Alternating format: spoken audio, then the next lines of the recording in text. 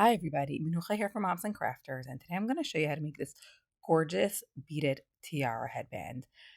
I'm going to try to because my throat is a little bit sore, but we're going to try and do it. And this has a really cool invisible effect where it kind of looks like it's just coming out of the head. So I am going to definitely show you how to do that too. So to start with, we're using a black headband. Now we're using black because we're putting it on dark hair. If you're putting it on brighter, lighter colored hair, you'll want to use a different color. I'm using 18 gauge wire, and eventually I did also use 20 gauge wire. And you want to choose a bead that has a size hole that will comfortably fit the 18 gauge wire.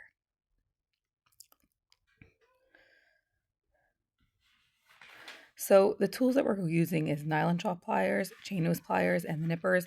I didn't end up using the bail making pliers, and I did choose these crystals in the end. This is leftover from my Swarovski stash from back in the day when they used to sell to people like us. Because the holes are large enough and they're super sparkly. So go ahead, find a beautiful princessy, nice crystal. You'll love that choice. So with the wire still attached to the spool, we're pulling out a good few inches and we're straightening it up as much as we can. The nylon drill pliers can actually be used to pull it straighter. It might help you if you do that in advance. And we're going to string on some beads. So we're using 6mm and 8mm beads, and we're starting by stringing on 5 6mm beads that are going to form the one side of our crown.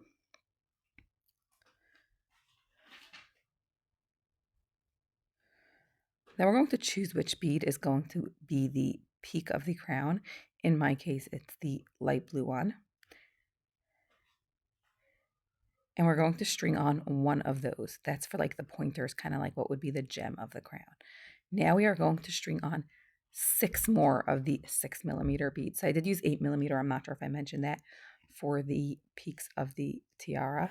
Now these 6mm beads are actually going to be split into 2 sets of 3, and this is going to be forming the V valleys of the tiara. So now we're doing one more 8mm and then another 6 of the 6mm. And then we're once again going to do one 8mm, and we're going to follow that up with 5 of the 6mm so that you have a pattern of 5 6mm, 1 8mm, 6 6mm, 1 8mm, again 6 6mm, 1 8mm, and 5 6mm. Again, you can find the full blog post in the description of this video where I have it sort of like all listed out. So if this is feeling a little bit confusing with the numbers, either you'll work it out as you go along or you can check out that blog post tutorial. But it should be pretty logical and straightforward once you start crafting it. Now, if you have trouble stringing your beads as you go along, you can definitely use the nylon jaw pliers to straighten out those kinks.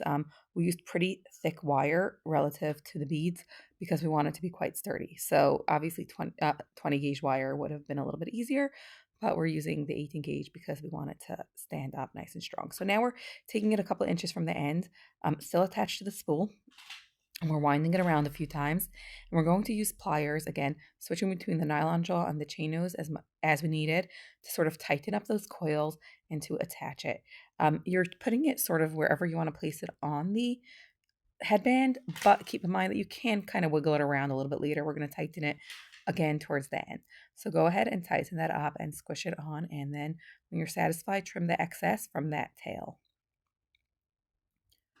I do, by the way, really love these little nippers. I'm going to link them in the description of this video as well. But of course, all the supplies I used are linked in the blog post as well in the description of this video. So when you're done shaping that, you're going to sort of bend it up a little bit at a right angle from the headband, the wire I'm talking about, and straighten that out with the nylon jaw pliers to make it more of a straight edge. Now you're sort of going to be shaping a crown shape like as if you're drawing with the wire. So we're going to start by dropping those first 5 beads down to sit straight up to form the left side of the crown of our tiara. So there we have that left side, and now we're going to drop that blue bead, the 8mm bead, the first 8mm bead. And again, you can see that the wire does get super duper kinky as you go along, but that's fine. So we actually curved it out a little bit from our first set of beads, and we dropped the blue bead, and now we're curving it around, and we're bringing up 3 of the next set of 6mm beads. So just one note is that as you go along, you're really just shaping it with your hands and you're doing a little bit of artwork here, just shaping it as you'd like it. So I'm showing you my general process, but as you go along, you are going to want to sort of work out your own look, your own proportions.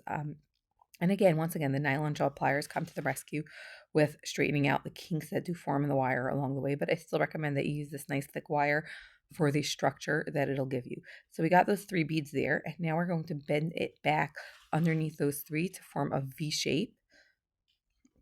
And the other half of the V is going to have those other 3 6mm beads. And once again, we're going to repeat the process and curve around to form a little bit of a circle loop kind of thingy that has the 8mm peak bead. And the reason why I did include these different beads is because it really does give the tiara definition and makes it look a little more like a royal crown, which is kind of what I was going for with this. But it's super cool also just for fairies, princesses, sweet 16s.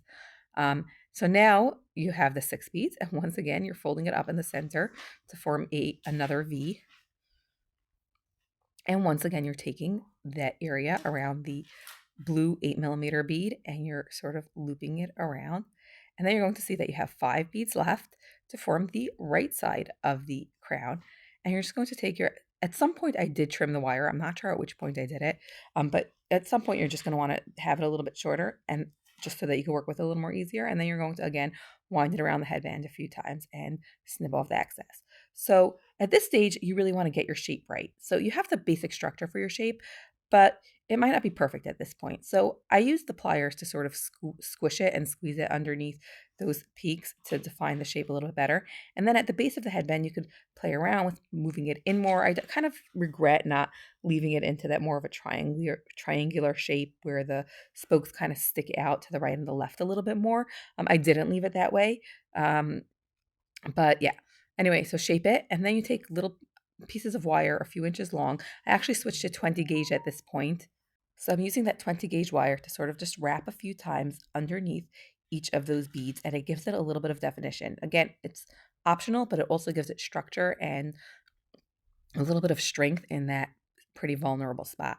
So each time you have a loose wire end and you trim it, you also do want to sort of tuck in the ends and make sure that they're not like exposed to the outside because then they could get scratchy. So we just did that as we go along. You could also do that at the end, but I do recommend doing it as you go along because otherwise you might forget an end. So now we're doing that to the other 2 spokes as well, just refining it. And you can see how like you can really play with the wire to make it look nicer and also to give it a little bit more structure. Really, you could wire wrap the whole thing more if you wanted to. I decided just to do it beneath these beads. All right, so here we have our crown and we could leave it as is, but I decided to add something to the base to sort of complete it and to make it really look like it's sitting on the head. So I took a piece of wire and I made it a few inches wider than the area that I wanted it to cover over there at the base of the crown. And it worked out perfectly that we added 6 of these 6mm beads, but of course, measure based on your specific tiara how many beads you need to add at that point. So we're adding on 6 6mm beads. And again, keep in mind that you can use larger beads here as well. I decided to complete the basic crown shape, but you can also add different beads that contrast more. And now that it's the right size, we're holding it up against the base of that crown, exactly where we want to position it with one hand. And we're taking the other hand and we're going diagonally over the base wire wrapping just to reinforce things and make it stronger. And we're wrapping it around a few times. And once again, tuck in the ends, trim it if needed. Now on the other side, we're going to do the same thing. Now, if I would have cut it a little bit longer, I would have been able to just continuously wrap. And you'll see what I mean in a minute. But I didn't. So I'm trimming it there and I'm going to tuck in that end. I did a better job at that after. So now I positioned the beads on top of the headband because obviously I want the headband just to be holding it the whole thing on my head. And I'm taking another piece of wire. And again, I did use 20 gauge wire for all the external wrappings and also for that internal base of the crown, just because at that point it didn't have to be strong enough for structure and it is easier to use the 20 gauge wire. And I neatly wrapped that wire in between each of the beads to secure it to the headband.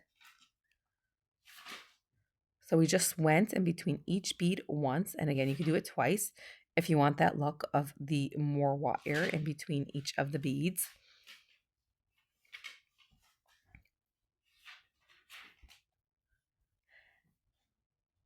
And we're going all the way until the end. And at this point, you will want to have your wire trimmed so that you can take the end and feed it through the inside of the crown. Once you get to the end, when you only have the headband there, it won't matter as much. So go ahead, that's our last feed through. And now we're once again going to wrap it on a diagonal over our original wrapping to secure it in place. And always make sure these wrappings are nice and tidy. It'll make a big difference in your final work.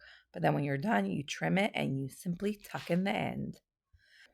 So now we're going to straighten it out one last time and make sure that it's really the shape that we like it. And we are going to tuck in all of those ends. Now remember that wire is a pliable material. Think of it a little bit like a clay where you could really shape it to the shape that you want it to. Sorry, that you want it to be. And you just have to, make sure that those ends are tucked because otherwise it'll be sharp and pokey.